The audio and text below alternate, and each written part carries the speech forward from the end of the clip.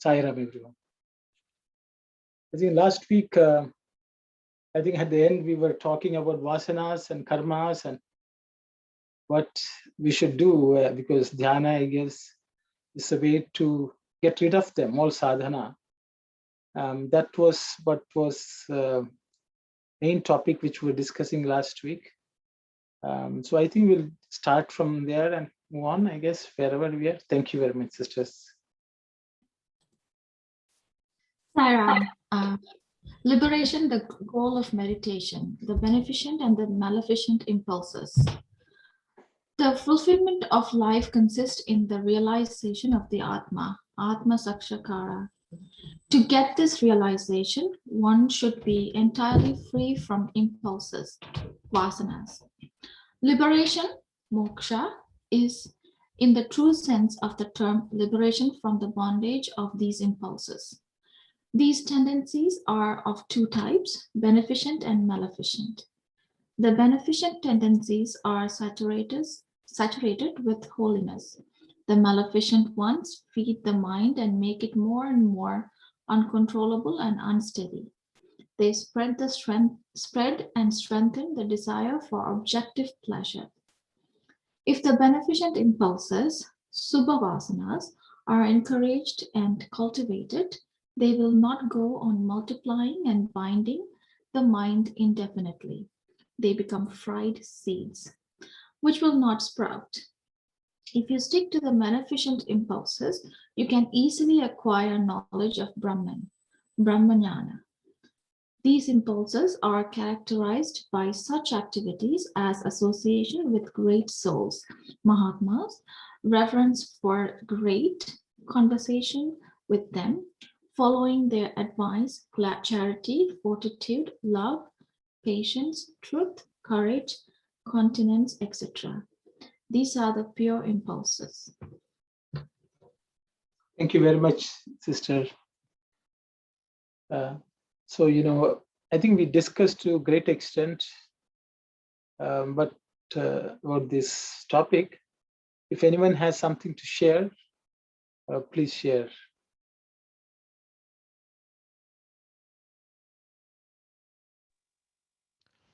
Sai Ram, I have a question. Swami is talking about the impulses of two types, the Shubha Vasanas and on the Subha Vasanas,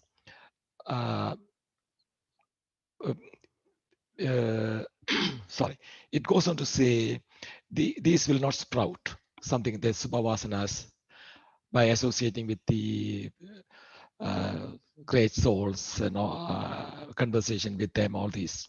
Say, for instance, if I have a Subha Vasana, I want to go to Prashanti Nilayam, sort of thing. And that's a good impulse. And isn't that the way we look at it? That's a Subha Vasana. If it stick on to me, I will somehow or other I will go there. If it fried, then what will happen to that Subha Vasana?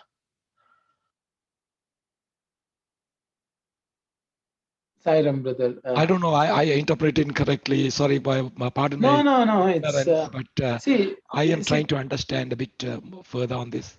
Yeah. So I think what Swami is telling is maybe I will just go first, and others can join.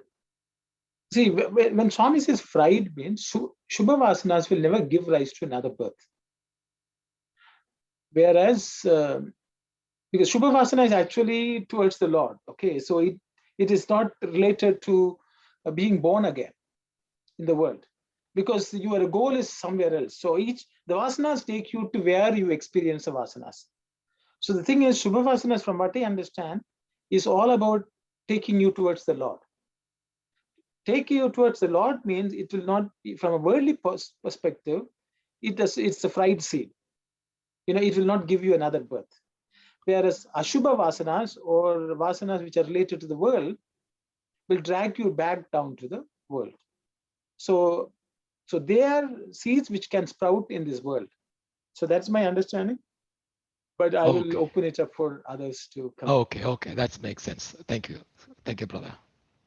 Sai Ram, last time we also discussed about this one, and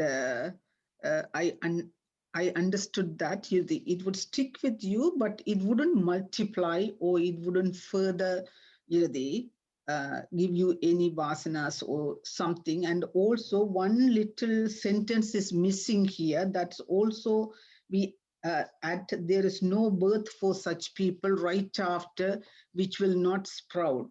Maybe we compare to the Telugu version, we identified one little sentence is missing here, right after which will not sprout. There is no birth for such people or something. Yeah, exactly. Yeah. That's how it is written. I think I read it out for you. Yeah. So Swami is saying, ఆ విధముగా మంచి వాసనలు గలవారికి జన్మలు ఉండవు. There is no birth for such people who have good vasanas. And in the sense, they don't multiply. They will put a stop to the birth of the soul again. We will not have any rebirth if we have that good Shubha vasanas. That's what mainly what Swami is trying to tell us is, if we develop good Shubha vasanas, there'll be no birth afterwards. That's the main thing he is trying to tell. That's why it's veinchina vittanamu, that is the fried seeds, how they don't sprout again. Our soul, this thing also, birth will not be in the many births we'll have. That's what he is trying to tell. So Sai Ram brother, I'd like to add one more thing here. In Mahabharata, so in the Kurukshetra, the Lord Krishna was teaching to Arjuna, you are not the doer. I am the doer. Forget about everything. You surrender everything.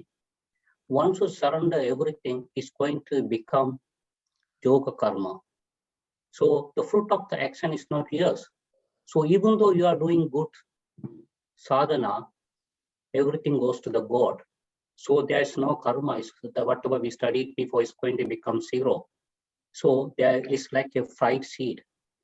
It's not, suppose if the person is thinking I'm doing good job, if he take even though good sadhana, if you take the fruit of the action, you may go to that. Last time also we talked about that one. You may go to the heaven, but still you have to come back. But whatever your service supposed to be fried seed, then the karma is going to be zero. Thank you, Sai Ram. Thank you very much, brother. Thank you. Regarding Brother Arul's question, I don't know if it's a good intention, why not it will be fulfilled. It can be fulfilled, but ultimate result of all good vasanas is not to have the birth. That's what I feel. Yes, Arun. Okay, thank you, Auntie. Yes. Brother, there is one thing I wanted to understand. In the first paragraph, second sentence, it says, should be entirely free from impulses, okay? Then in the first paragraph again, it's encouraged to and cultivate that, Subhavasana, right? So where we are going to then free the vasanas, entirely free? Okay. I will ask others to comment first, sister. So sister is asking, if Swami says Atma Sakshatara should be entirely free from impulses, what about Subhavasanas or even Asubhavasanas? If Subhavasanas there, does it mean that we will not get Atma Sakshatkara? Means I think we are all clear about the Asubhavasanas. I think her sister's question would be, what about Subhavasanas and what's the impact on Atma Sakshatkara if we have to be free from Vasanas? Sai Ram, in the other chapters, I think this is 11 now. I think in 12, Baba is saying that, a bit differently saying, that even these Subhavasanas should have been removed before the final Sakshatkara. Both are thorn, one is both are shackles. One is iron and one is gold. I was saying that both are thorns. So you in the Arul also one time quoted this example of thorns. So using the thorn pricked into the sole of our feet is removed with the help of another thorn. And when that thorn is removed, both thorns are thrown out. The same way, we are cultivating Subhavasanas in order to balance over or overwhelm the bad vasanas. So, Subhavasanas, one thing is always it works positive for us. And if at all, as per the next chapter, the Sovasana is, we have to multiply the Sovasana. We have to do more and more Sovasana activities so that the bad Vasana is nullified. And that's why the Brother Thasan said, then if we don't own the ownership, the doership, so if we offer everything to God, then we are liberated, surely.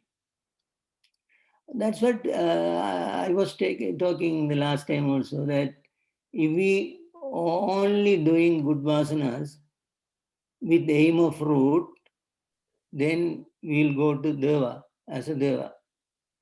So to experience, to enjoy and finish our intention and desires and then come back to the earth. So from earth we have to offer everything to God, even the Sobhasana. No? So something in the there's a small difference between this chapter and the other chapter. But anyhow, these Sobhasanas, we don't need to worry about the Sobhasanas. The Sobhasanas will be always taking us to Godward. So that's what I can say here. But thank you, sir. Thank you very much. So, Sai Ram brother. So the reason for the Subhavasana in the early stage, to control your five senses. When you do more and more, if you do Subhavasanas, your five senses will, instead of going outwards, is move towards inwards, toward Atma. Thank you, Sai Ram. Thank you very much, brother. Anyone else would like to?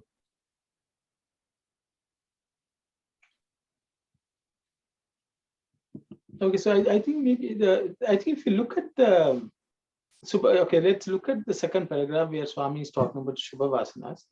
He is giving a list actually. The impulses are characterized by association with great souls, reverence for the great, conversation with them, following the advice, charity, fortitude, love, patience, truth, courage, continence, etc. And these are pure impulses. When we look at this, what I think, from my perspective, there's no mention of God. We are associating with godly people, but the connection with the Lord or the Atma itself seems to be not there. So what happens is, we all say, okay, let's go for bhajan, or let's go for this. We are doing some good things. But they are, to some extent, I think they are externally focused. And we are not necessarily, we know that it is going to lead to us towards the Lord, but still the Lord doesn't seem to be part of the process. Maybe we have to go beyond that and start connecting with the Lord, which is part of meditation actually. Dhyana is basically there's no one else, no other activity. You are just thinking of the Lord, and which is slightly different, and that is for some reason it's not listed in the pure impulses. So I thought that whether it could be holding the key to the key or answer to that question which is asked.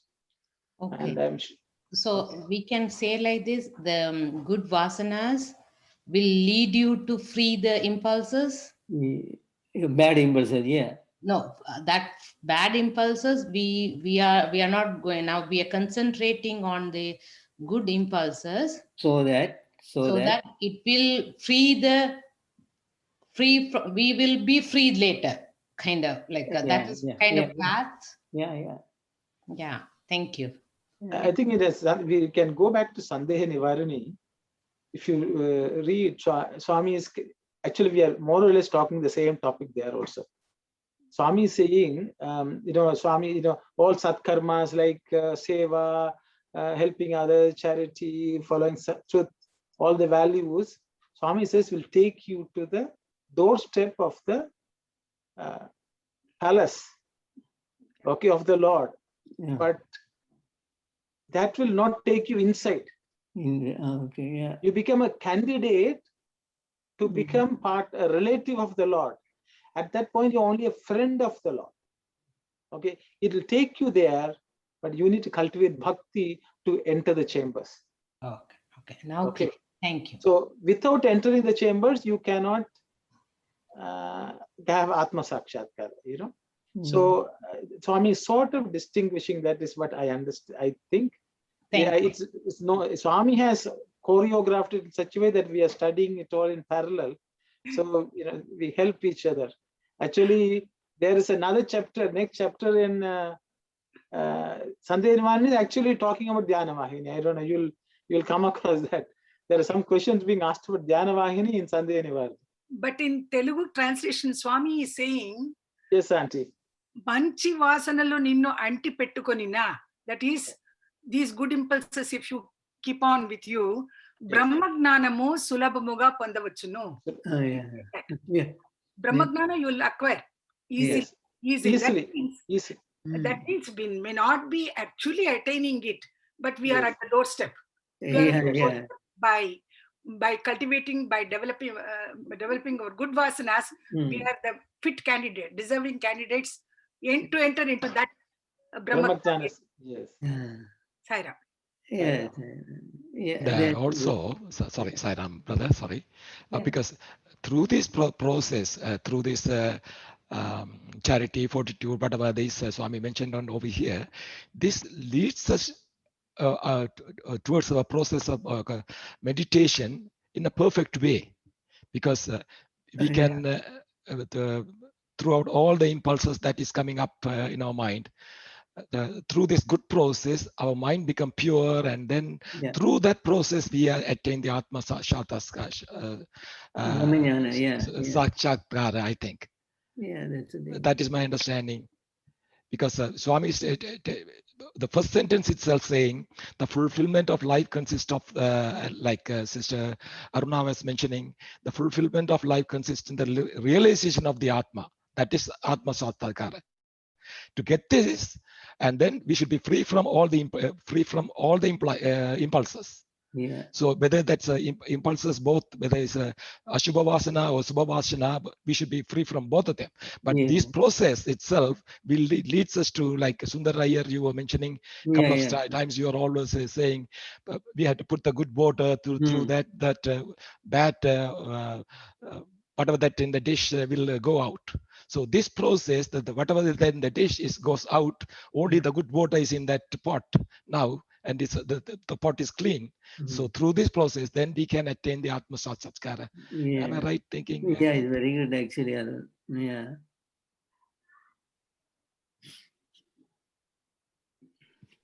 Because I was reading this 3-4 times already. I didn't understand this part very well. So now I can get it through. Thank you. Usually what happens is the activities belong to Subha Vasana. What will do these, that charity,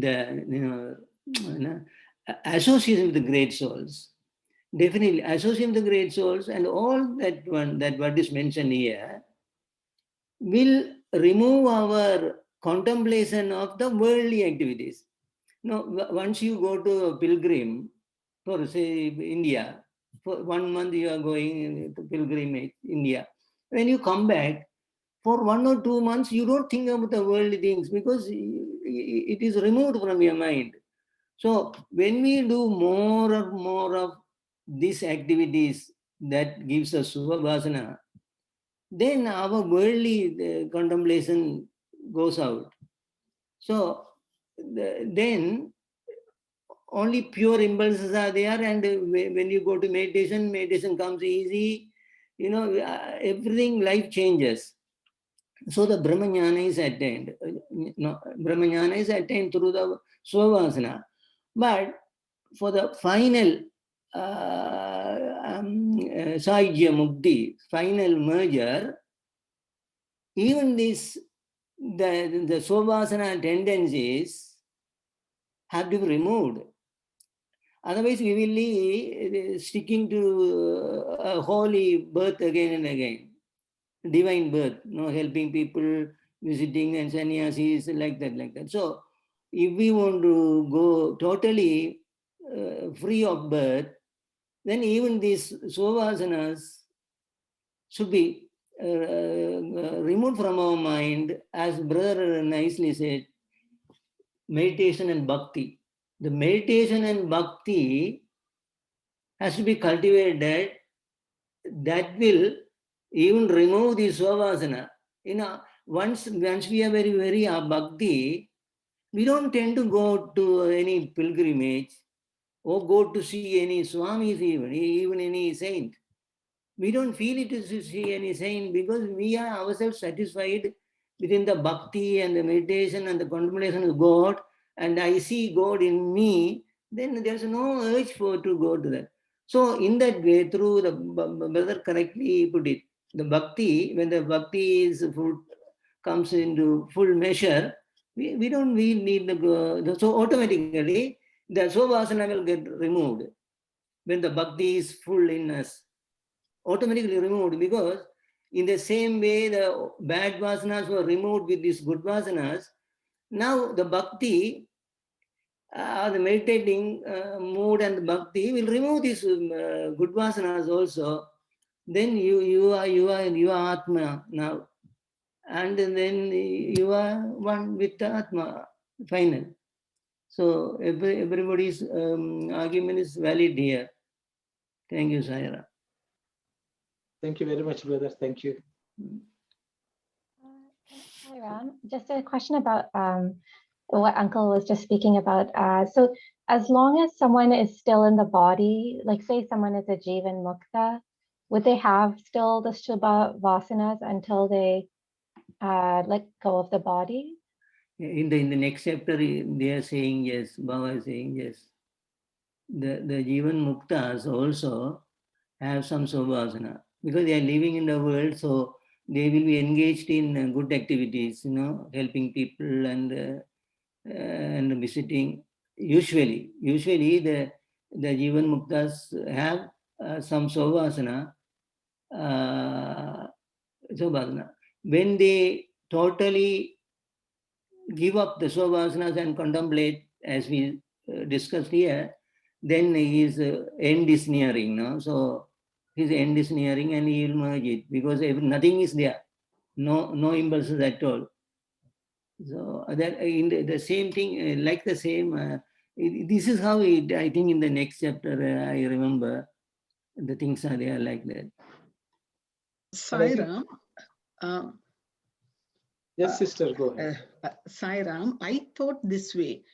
The listed activities, they have listed maybe the 7 or 8 activities. Yeah. These activities are really vehicles to reach the closer to the destination. Once you get in there, definitely you have to get out from these vehicles, yeah. And you have to, then only you can get inside. Yeah. With these vehicles, certainly you cannot enter, because every gate you have to renunciate certain things, these vehicles, then only you can go alone into the very last chamber, that could be your destination. Maybe that's the way I look at it. Maybe every gate you have to renunciate certain things. Maybe the final gate or final chamber, you can go without, even though these are listed as vasanas, you cannot really go with these vehicles. Correct. Yeah. Yeah. Correct. Yeah. Ultimately, both Shubhavasana and Ashubhavasana will have to be completely exhausted before we enter into that. Yeah. That's Sairam. I think Swami covered this in Sandhya Nivarani again. Swami is talking about the Jada Bharata story, or Vasudeva and things like that, So they had only one impulse or something which just held on, and when that's gone, they leave. So like Jada Bharata was, he was a Brahma, he was a Jivan Mukta, but he had to do that last, take that one life to just exhaust some of it.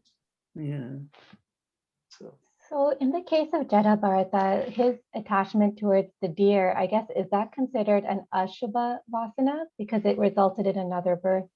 It was a Shubha Vasana from what I can see, because it was love, compassion. It's not necessarily an attachment from the sense, it's not that he couldn't live without it. It is just that the compassion became a bit too strong. Then I thought we said that the Shubha Vasanas wouldn't result in another birth. Okay, very, very good question. So Swami has already told what is birth and what is death. I don't know whether we remember. I don't know whether it's here, maybe it's again Sandhya Nivarani. Swami says, what is death and what is birth? Swami and says, liberation is forgetting that you are the body itself is death. So the thing is, even though Jada Bharata was born from a physical sense, he was not really born. He was fully aware. For him, that was not a birth, the way it is for a common man. Okay, he was already in that, almost ready for that Atma Sakshatkar. That is why he was in the womb itself. He was like the Vamadeva, which Vasudeva we talked about. In the womb of the mother itself, he was realized. So when he came out, but it was just a few things. So the thing is, they did not identify with the body. So actually, already they have liberated themselves to a great extent because the body attachment is gone. Okay. Sairam brother, can we say this one also, no? As we discussed that Svabhasanas can bring birth in a holy yes. birth, because it is not final, no? Svabhasana. Svabhasanas, we have also only Svabhasanas. So it will take either it goes as a deva or on earth full of ascetic atmosphere. No, it could be, no. Yes. But I think it's to some extent there should be a degree of objective pleasure. I think as Kalyani pointed out, you're looking at a worldly object to some extent. Like in the case of Jada Bharata also. Sorry, go ahead. Yeah, go ahead, Kalyani. Also, this conversation reminded me of the Mahabharata, the subtle Mahabharata chapter in Sandhya Nivarani, where we are talking a lot about the sentence where Swami saying, the Bhakta asks, when will this war end? And Swami says, when both the good and bad qualities fade out. But I think in Telugu it actually says merge, and then you become quality less. So yes. So is the vasanas and the gunas, they're kind of interrelated, I suppose, right? Yeah. That's right. That's my understanding. It's true. And just one small thing, if you could clarify, so is Shubha Vasana and Samskara the same? That is a word, Sairam. That is a word, Samskara is the word used for Swabhasana. Samskara. And it's some people say bad vasanas as vasanas and samskaras as Swabhasana. But here Baba is saying Subhavasana and Asubhavasana, whatever the terminology, samskaras also mean Swabhasana. But it may be more meaning, I think brother can tell that. Samskara can more meaning than the I don't know if the Mani auntie would like to say something. Otherwise, I will just go. Sairam auntie. Sairam, when we instill good qualities, good values in children, that becomes a samskara.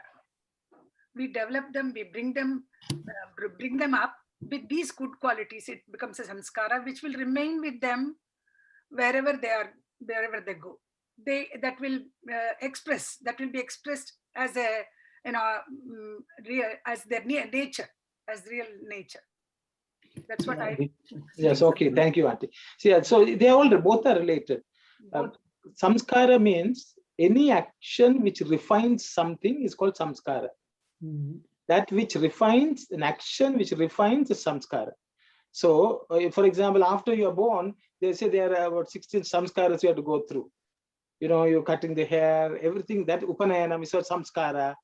You know, sacred thread is a samskara. So there are many samskaras which are defined by the Vedic texts, Shastras, as activities which purify you. So as auntie said, so one is an activity, the other one is the result. So you know, that's why I said they're related. So I hope that's okay, auntie. Is that fine, auntie? Shodasha samskara. 16 samskaras are there when a child is born. Yes. Right, from cutting the hair, poking the ears, and then, you know, upavitam, and then brahmacharya, everything by stages they reach. There are 16 samskaras. But here what I understand is developing a good, while doing an activity, as Arun said, the refinement comes out. Why? Because you have put those good values in the child. Yeah. When the child is born, or when they're being brought up, we teach them good values, so that those values will come out when they're expressing, they're doing some action. That's what I feel. I understand that. Sairam. Okay, thank you, auntie. So Sairam, brother, for an example, if we take two people, A and B, A is doing good sadhana subhavasana, and he wants to participate in the study circles, he wants to go to Sai Centres, he wants to do good thing and everything. His mind is going to be calm, and he developed the love that will help him to do the meditation. If he take the B, he attached to the car or house and worldly thing. He cannot be in the meditation. So to do the meditation, and you control your 5 senses, and this is the way you can do the meditation. Thank you, Sairam. Thank you very much, brother. Thank you. So just to clarify one thing, so samskara is the act that refines, and the vasana is the result. The residue of whatever, you know, the vasanas is what you carry as a good vasanas come out of samskaras, which remain with you. That's what auntie was telling. You know, you put in, you do some good training of the child, which is samskarana. You know, you are refining, and so that that result will remain as an impression in the child as they grow up. Okay, so it's just a subtle difference. Okay, it's like karma. As many people say, karma is actually action, but the karma phala is what the result. You know, but even we'll say because of my karma, we will say, you know, that means you have done some actions which have resulted in something. Okay, so it's similar usage. Okay. And is it like the expression of the vasanas? That's the gunas that we exhibit? Yes. Okay. Shall we read the next, go to the next slide? The impure tendencies lead one to such vice as craving, to see things that cater to the lower desires, like cinema pictures, eating dishes that are full of passion, rajas, like fish and flesh, drinking intoxicants that ruin one's personality by developing anger, delusion, greed, conceit, deceit, hatred, envy, etc. Such impure tendencies are of 3 types: worldly impulses, scholarly or intellectual impulses, and physical or bodily impulses. The physical impulses make men desire a beautiful physique, a strong, sturdy build, a glossy skin that will never be disfigured by wrinkles, and round hard muscles. The scholarly impulses prompt one to crave being known as an unrivaled expert, to crave the defeat of every competitor in the world, in the field. And lastly, the worldly impulses make one crave glory, power, personal authority, and pomp. All such desires can be grouped under this head. They are all impulses. They bind you to the wheel of birth and death, samsara, and tie you down to this earth. So Sairam, everyone. So I think a couple of them may be straightforward, but as you can see, Swami has introduced what's called Shastra Vasana, so, which is Scholarly Vasana, yeah. Pardon? Scholarly, yeah. So scholarly. So Shastra means even reading scriptures can come out in a negative manner. Yeah. Okay, so that's what Swami is saying, because there you are looking for glory, power, personal authority, and pomp. So I thought that it's something which we may not necessarily associate it with as a bad vasana, but Swami is highlighting that. So I will just open it up for any comments and for everyone to share. Sairam, sometimes this Pandityam also makes a person very, very egoistic, proud.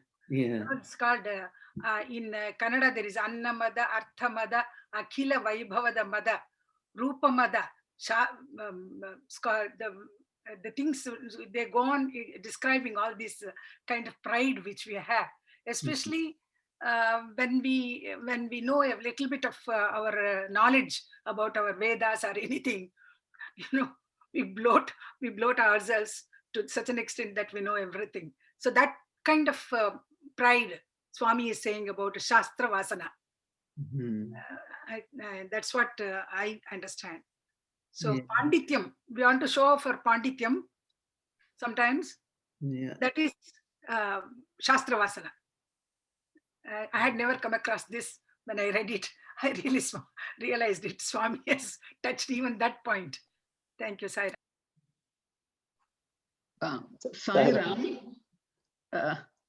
Sairam, practical point of view, the first and the last, okay,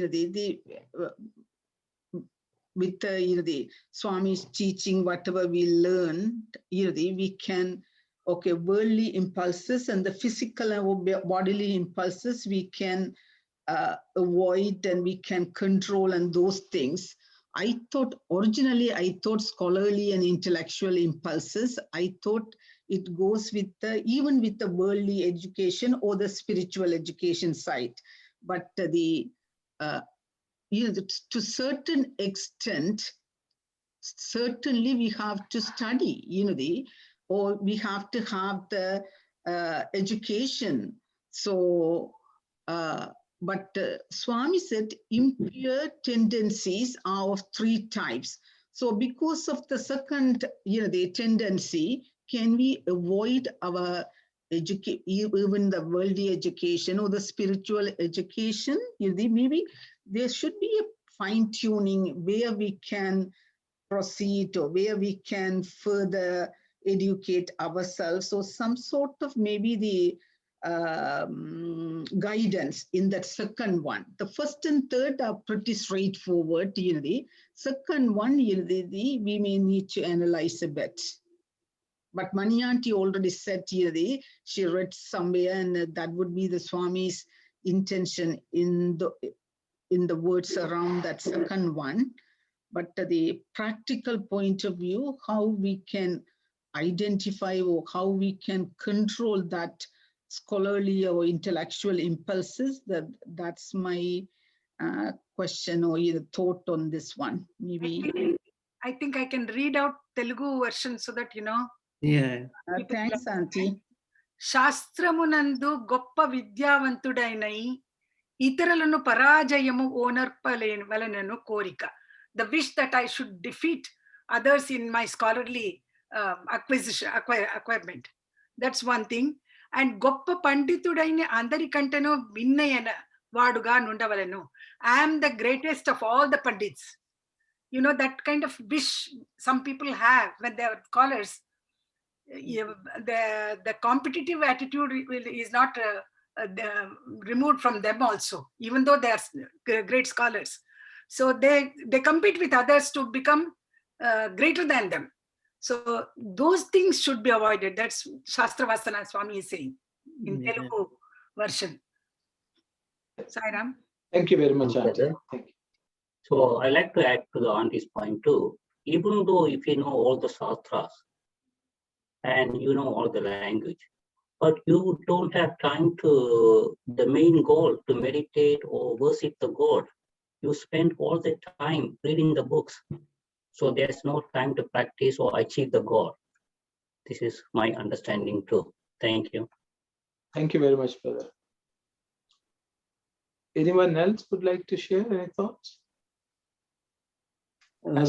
Sai Ram, I just remember there's Ramakrishna Paramahamsa in front of him, in front of Ramakrishna Paramahamsa, one sadhu, sadhu like person was reading books. So he called him, come here, what are you studying again and again and again? In all the Shastras, all the Shastras finally says, Brahman Satyam Jagat Midya. You don't have more than that anything in the Shastras. So once you know that, give up the reading, start to practice. That's what Dasan was saying, that one. So, and also you saying, Yoga Swami, Yatna saying also said, as soon as quickly as possible, finish your reading. Brother Vimalesan will remember that one. He said that one. Quickly finish your book and start to practice. So these are the something that I related to this one. Thank you, sir. You, brother, go ahead. Okay. Anyone else would like to share? Sai Ram, I think that this is relevant in certain, in those days, even in present, maybe in certain circles, in scholarly circles in India, or where that kind of scholarship is revered and praised. In those situations, that can is more chances for such a person to get, as Mani said, pride or ego and all that. But even otherwise, even little bit learning, people we get ego that we know better than others and all that. It's same sort of this thing, but other than that, as Brother Dasan said, if our focus is on spiritual progress, then we won't give such importance to that kind of scholarship. Sai Ram, Baba has said about the Gita the preachers of Gita. Baba said in one of the volumes, I remember. So there are so many Gita preachers. Baba said they can recite all 700 and odd slogas from starting to end, and they can go reverse also. From the last one to the first one also they can recite it. And they go to the, the people hire, people invite them and they go all over the world and they start preaching this Gita. And they have maybe a ticket also, for their lecture. Ticket also, say $50, and or even 1 anna then Baba is saying, Gita is saying, don't accept anything, anything under any condition. Parigraha is a great sin. Baba, Gita is preaching aparigraham, but these people go and sell their knowledge for money. So there are so many occur of the saints throughout countries like this. They just they show their scholarly vasanas and they say, why you are getting money? We are getting money for our ashram.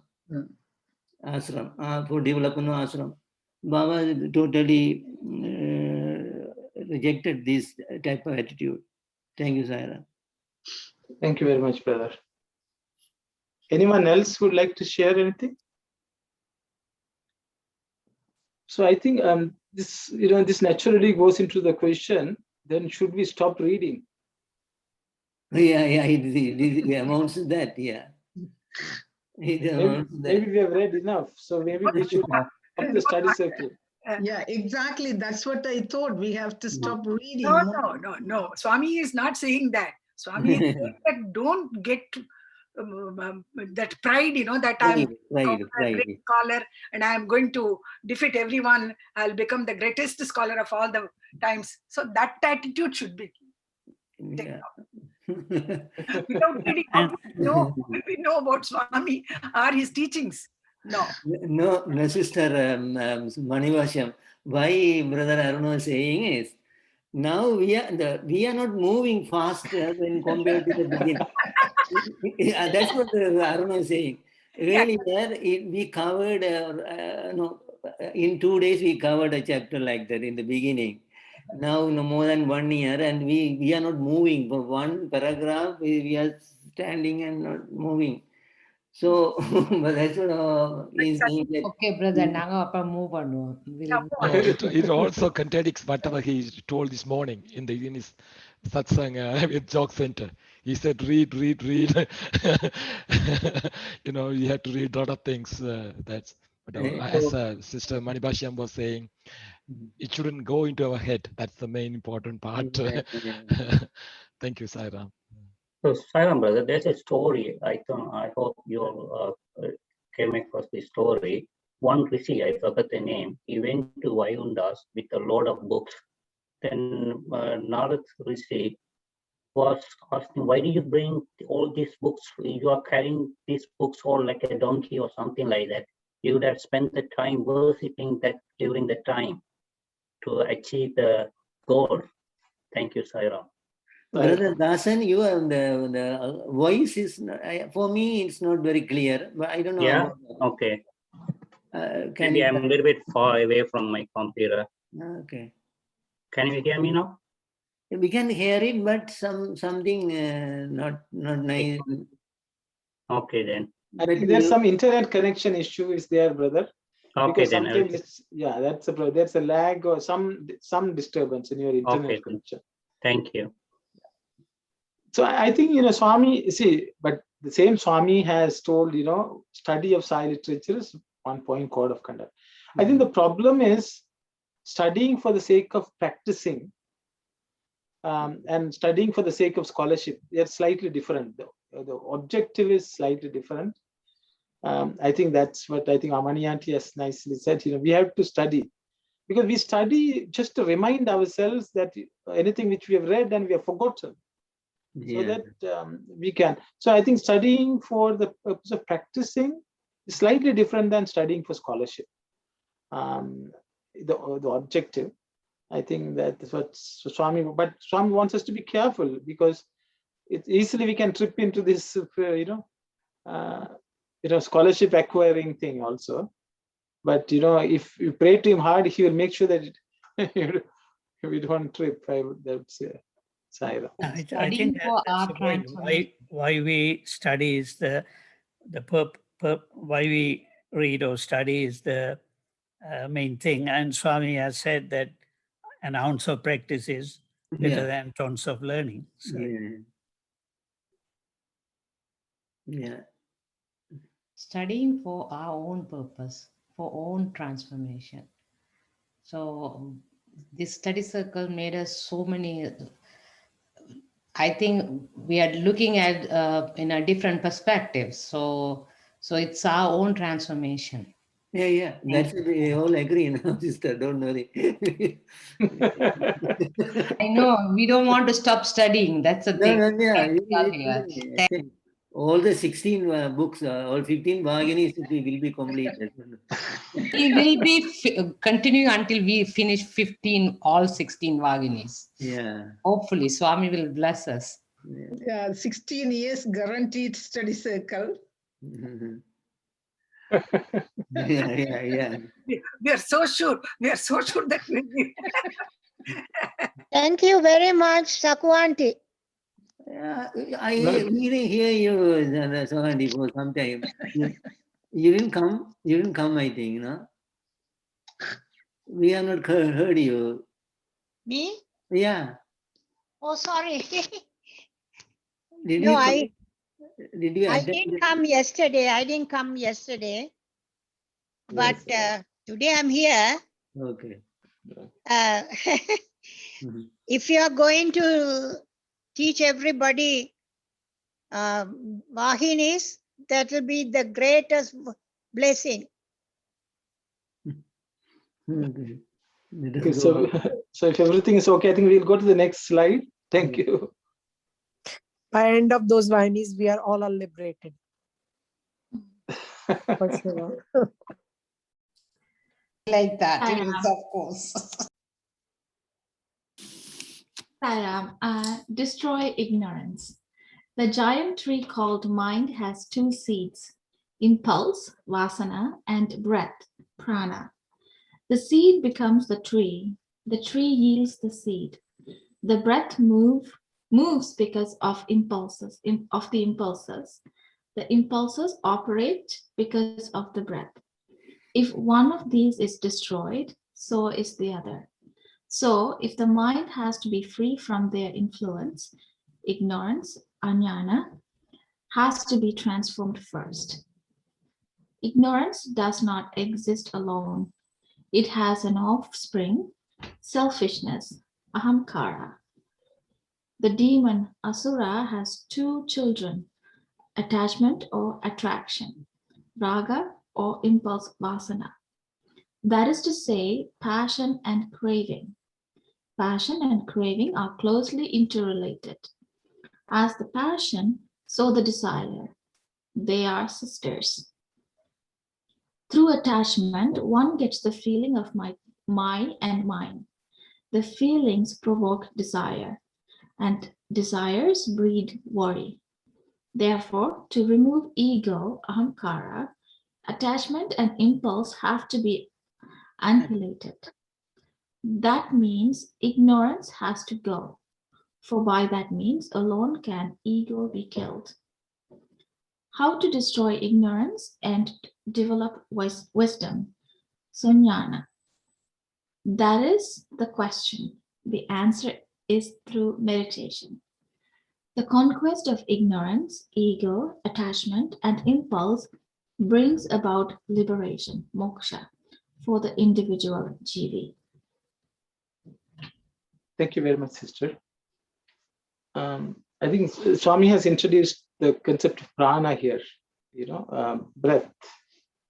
So one of the reasons in the Ashtanga Yoga, they give a lot of importance to breath control or breath, slowing down the breath. Because the faster the breath, the more toxic prana goes in, the more the thoughts are. Because the thoughts are fed by the prana. Swami is talking about that here. And I think the rest of it is, I think I found that ahamkara has been translated here as selfishness. Not sure. Otherwise, I don't have anything to add. I will just open it up for your comments, please. Sairam, others can share your thoughts. Sairam, brother, but this is somewhat confused. This, if you can, I don't know if you can streamline it. No, what leads to what leads to what is better, I think. I don't know. We'll let us others say that. If anyone else, I see if anyone has something to say, and then I will see.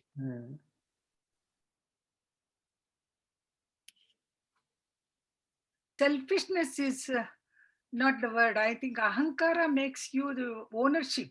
Yes, doership. Doership and enjoyership. Yes. Both belong to that ahankara, but selfishness is not the correct Translation. of that word.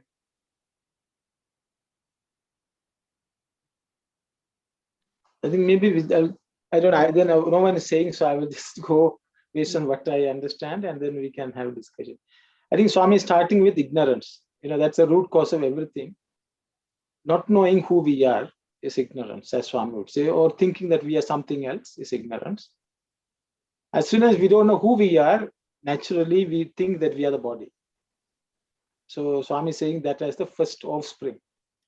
So once we think we are the body and we think we are a separate self, I, and so as soon as that comes, mamakara comes, I want something. So that is attachment, this is mine, this belongs to me and I want this, that type of thing. And then Swami says impulse, which is again, we talked already about the impulse, wanting something, becomes a craving.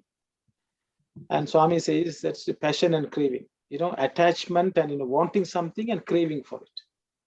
Both, because once you want something, then you start craving. And the more you crave, the more you want, things like that, I think. So they are interrelated, as Swami says. And I don't know, Swami, for some reason, they call it sisters. I don't know, the sisters, hope they don't mind the use of sisters. Why not brothers? So then Swami says through this attachment, one gets the feeling of my and mine, which is mamakara, once we get attached, then we think we're already possessing it. So it has become ours, mine. So Swami says, and the feelings, then this again, then we are worried that we may lose it. So, we have desires, and because of the desire, we also don't want to lose what we have already got. So those are problems which comes with mamakara, that we do not want to lose anything. So now Swami again is going back to remove ego, attachment and impulse. Attachment and impulse have to be, so again, now we have come this way, then Swami says, how do you cut it? He says the only way you can start making progress to remove attachment and impulse, which is vasanas. So we have to try to get rid of the vasanas, and we should get rid of attachment. That means ignorance has to go. Okay, so again we are walking backwards. So it started from ignorance and it ended in passion and craving, vasanas and raga. Now Swami is saying, now let's go back, cut the attachment and go back, and then at the end we have to remove ignorance. And so Swami says, how do you do that? Through meditation. So Swami just explained the process of deterioration, I think, and then he says how we can go back to liberation of moksha. So that's my understanding. I will stop here. Anyone else would like to share something? Saira. Saira, is attachment the most appropriate translation for raga? Raga is attachment. See, raga comes with the word raga and dvesha. Yeah. Like and dislikes. So, I don't know whether, Auntie? Yeah, raga is to, you're attached to something, and then dvesha, you don't want it. Don't want. Neglect it. You don't want to have it. So these are the two opposites, raga, dvesha. Yeah. This ahankaramanu champavalanu. You have to destroy that ahankara. So ajnana is the thing which is making us to take up that ownership, that doership.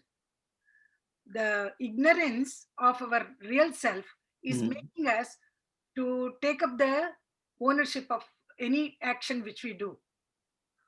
That's ahankara. So if you can annihilate your ahankara, naturally So even opposite, automatically your ignorance also is removed. Yeah. Ahankaramunu champavalenu, ahankaramunu rupamapavalena agnanamunu hatamarpavalenu. So that's what is saying. Ahankaramunu rupamapavalena. To remove the form, Auntie? Form of ahankara, you have to agnanamanu hatamarpavalenu. So you have to remove agnana. What is agnana? Ignorance. Ignorance about our real self. Yes. Yeah, absence of wisdom. Absence of wisdom. Yeah, yeah. Ignorance means absence of wisdom, I am saying. Absence of wisdom and not recognizing that you are that self. Yeah, yeah. Yeah, So yeah, yeah, yeah. When Swami is saying remove the form, like remove the form of our body, kind of being attached. Auntie, again, what page, Auntie, is this? Page எனக்கு தெரியல. Okay, okay. Same destroy ignorance. அதுக்கு அக்ஞான அகங்கார ராக வாசனல நாசனமே ஜீவிக்கு மோட்ச பிராப்தி. That is the heading, title given. Okay, okay. அக்ஞான அகங்கார ராக வாசனல நாசனமே ஜீவிக்கு மோட்ச பிராப்தி. Okay. That's how he in Telugu translation he is not, the previous sentence is not included here. I see. The previous sentence about vasana and prana, it's not there in that paragraph. It's not there, Auntie? So did you get that agnana ahankara raga vasanala?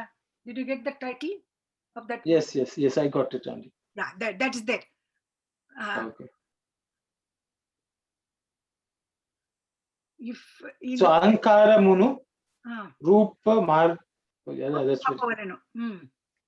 So Swami always, I think we discussed last time what's a kara, Yeah. So Swami always thinks when you take the aham tattvam, which is actually atman, and give it a room, rupa. I think we discussed about kara somewhere, somewhere else. Yeah, we discussed, I think we did it. Yeah. So Swami always equated that kara to a form, rupa. Yeah. So rupa means nama rupa. This world is nama and rupa, name and form. So aham tattvam is actually beyond that, which is the atman. So once you bring it down to this nama rupa world, and you attach a form to that. So Swami says that has to be removed because that is the ignorance. Yeah. That's my understanding. Auntie, okay? Yeah, that's fine. Okay. So, Sairam brother, I like the last sentence, how to destroy the ignorance and develop wisdom. Because you are the charioteer, so mind is the culprit. That desire, attachment came through that mind. Now, the mind is the one stopping the meditation. So, if we control the mind, if we travel using our intellect, and we are the charioteer towards Atma invertedly, through the meditation, we can control the mind. Thank you, Saira. Thank you, brother. Auntie, that pranamu and vasanamu is in the previous paragraph, Auntie. Yeah. Vasanalu, pranamu, yokka. That is in English translation, I think it was there. They changed it slightly. Vasana and prana. He gives that. Manasu pedda vrikshamu. Mind is like a big tree. It has two kinds of seeds. One is vasana, the other one is prana. Vittanamu pedda chittuga marunu. Chittu nundi vittanamalu vachunu. So the seed gives rise to a big tree, and the tree again gives back, say, seeds. Pranam yokka kampanamulu vasana nundi kalugunu. Because of the prana which gives prana kampanalu, that is vibrations of the prana. That's what it means, Kampanalu vasana nundi kalugunu. Because of our vasana, They activated, you can say. Activate the prana. Yeah. And vasanalu pranam yokka kampanam valla pani cheyunu. And vasanas start working because of the energy given by prana. That's what Swami is saying in the previous paragraph. Okay. Thank you, Aunt. Vasana can be taken into craving, what you said. Yes. As the craving increases, our desires also go on increasing. The more and more we want our desires to be fulfilled. Sai Ram. Sai Ram. Thank you. So I guess this confirms what we were talking about before, that when you have no vasanas, I guess you stop breathing. Yes, exactly. That's life itself, you know. The body drops off. So can you say, so Swami is describing raga and vasana as sisters, but is it more like vasanas give rise to the raga? You see, that's why the Swami is calling them sisters. You know, they work on each other. You know, they egg on each. You know, it's sort of one after the other. You know, one comes up and then it pushes the other, and then it just keeps on. Arun, it is not sisters. It is biddalo. Idhar biddalo. They are children. See, biddalo. See, not sisters. You are complaining. You know. Why I know. Not brothers. So I think everyone will be very happy now. What is Biddalo? Biddalo means Pillaigal. Oh, children. Yes. Biddalo means children. Oh, children. It can be boys or girls. Actually, they are boys. Actually, so you. I'm kind of lost here. Sorry, Swami is on the second paragraph. Brother Arul, you have to speak louder. Sorry, I'm sorry. Sorry about that. Okay, on the second paragraph, on Swami's ignorance does not exist alone. It has an offspring. Selfishness, ahamkara. The demon Asura has two children. Swami is mentioning about this demon Asura. There's about this ahamkara has two children. But you are talking about the children, the others, and on the last sentence it says they are sisters. Who are these sisters and who are these children? Passion and desire. Passion and desire are the sisters. Thank you, sister. That's previous sentence. Because I'm trying to put a chart here, trying to understand it better. I'm writing it down. Okay, how can I coordinate among all those topics together? Am I correct when I say it's passion and desire? As the passion and desire, they are sisters. Here, in the second paragraph in English. Yeah. Last sentence. Mamatta valla ashalu valla. I think Ajnana is like the grandparent. Is that right? So there is Ajnana, the child of Ajnana is Ahamkara. The children of Ahamkara are Raga and Vasana. Yeah, Raga mechatan undano, Vasana achatane undano. Where there is Raga, Vasana will be there. And the mind is the mother.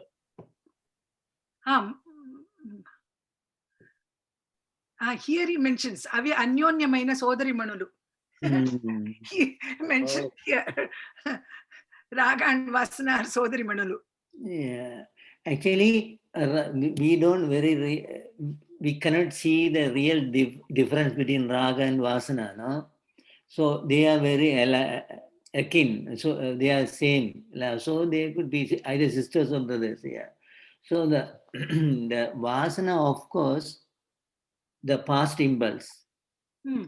And the Raga, of course, we can say, is a new, when I see the Prakriti and nature, I have a fresh, maybe, fresh attachment, maybe, I don't know.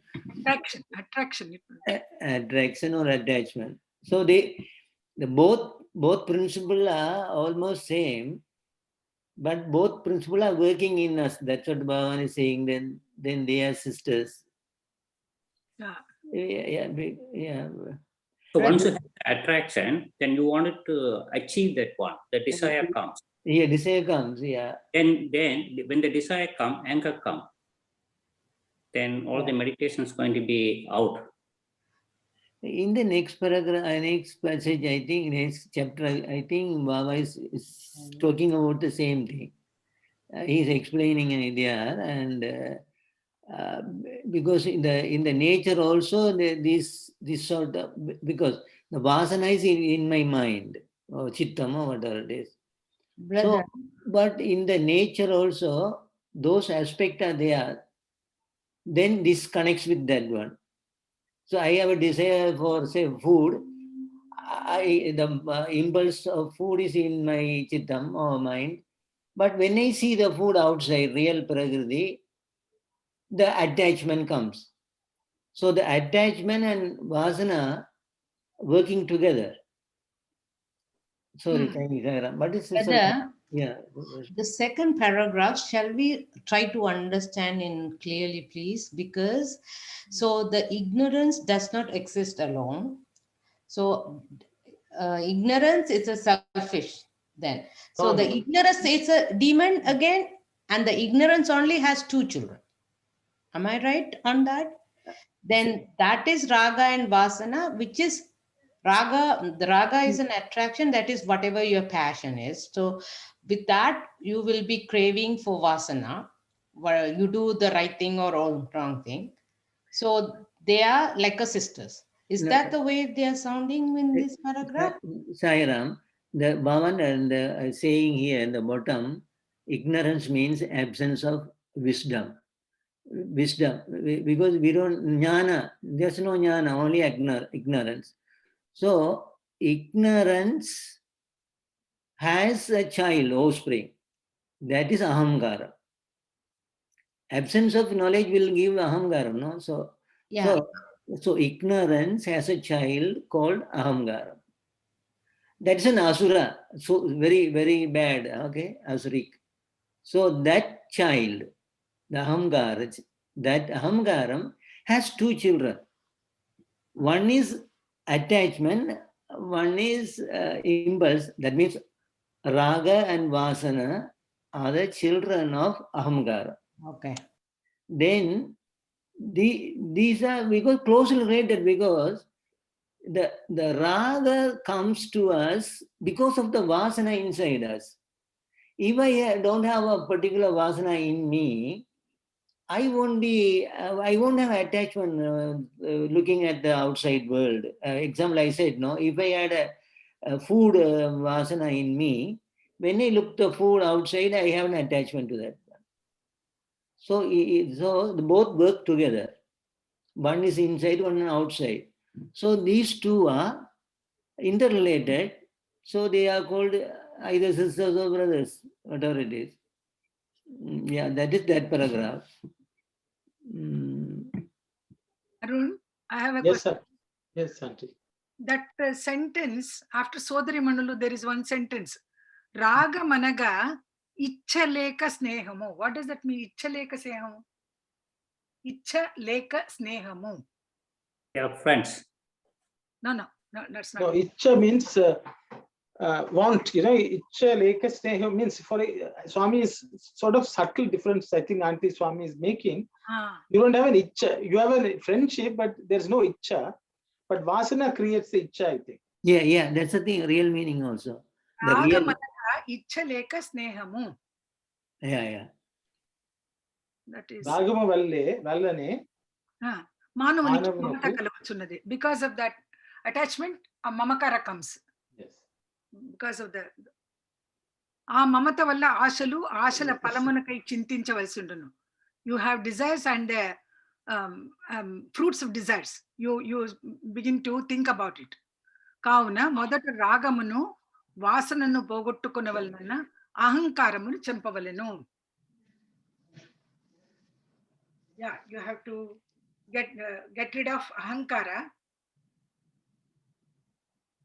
Yeah, I mean, that has not been translated, Auntie. I know. Icha leka sneha means friendship. Ama.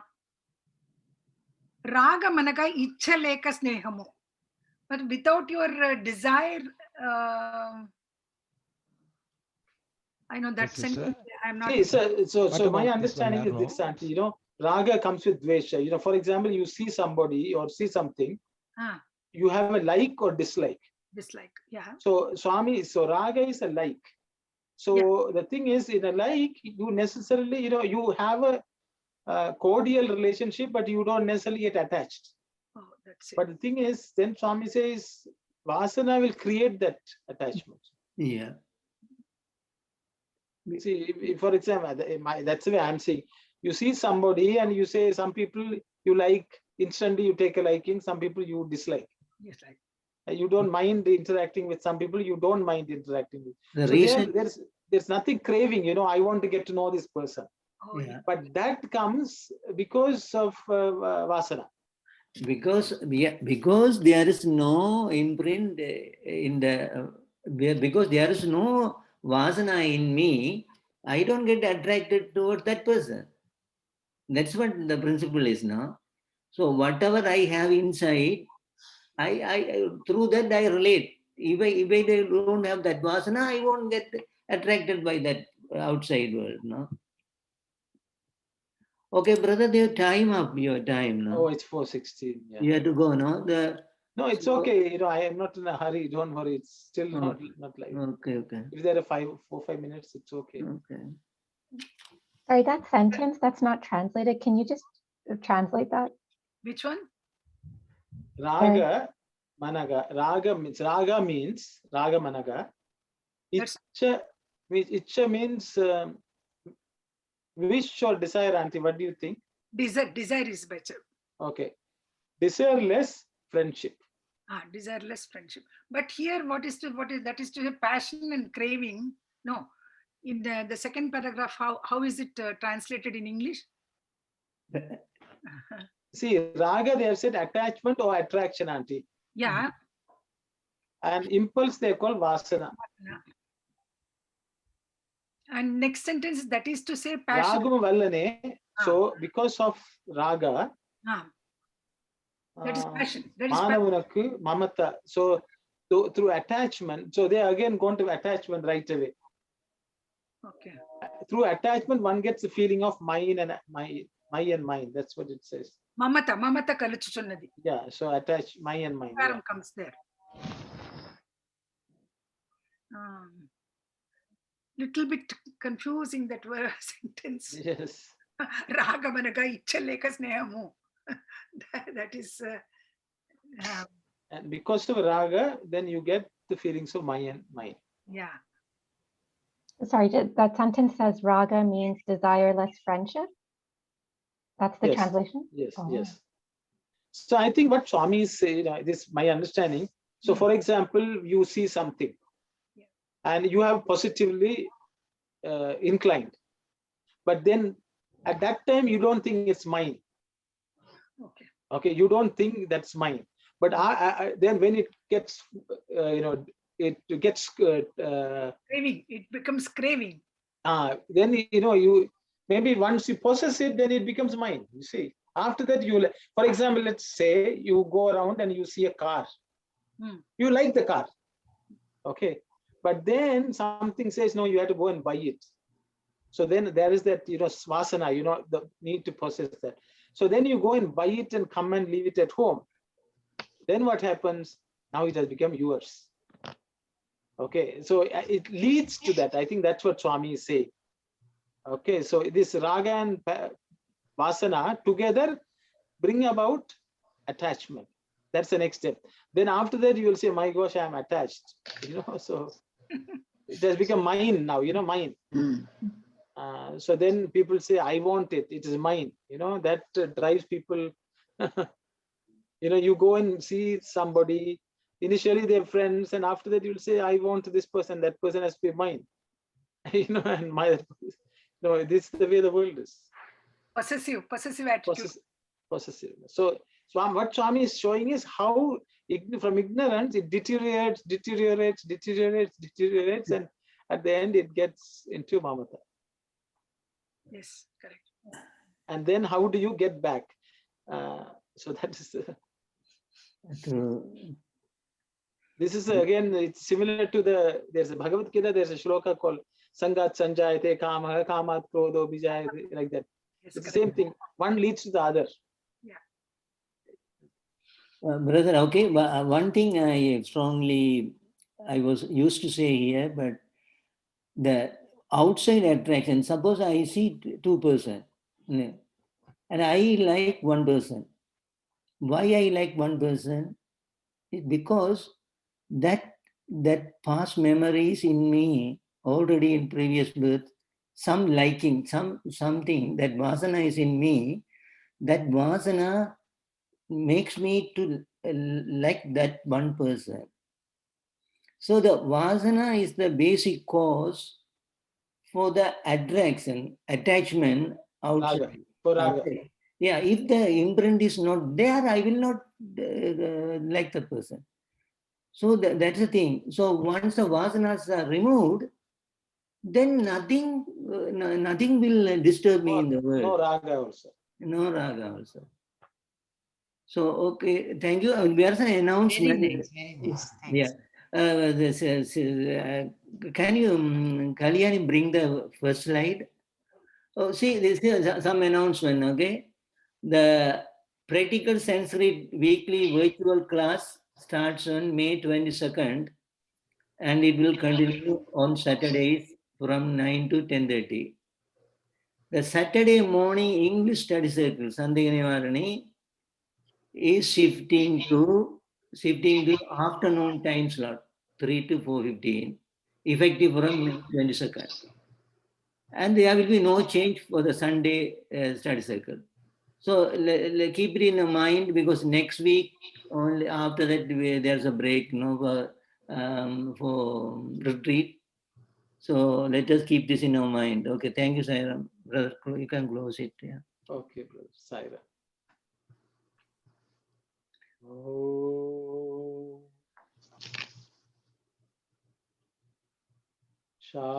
Samastaloka Sukhino Bhavantu.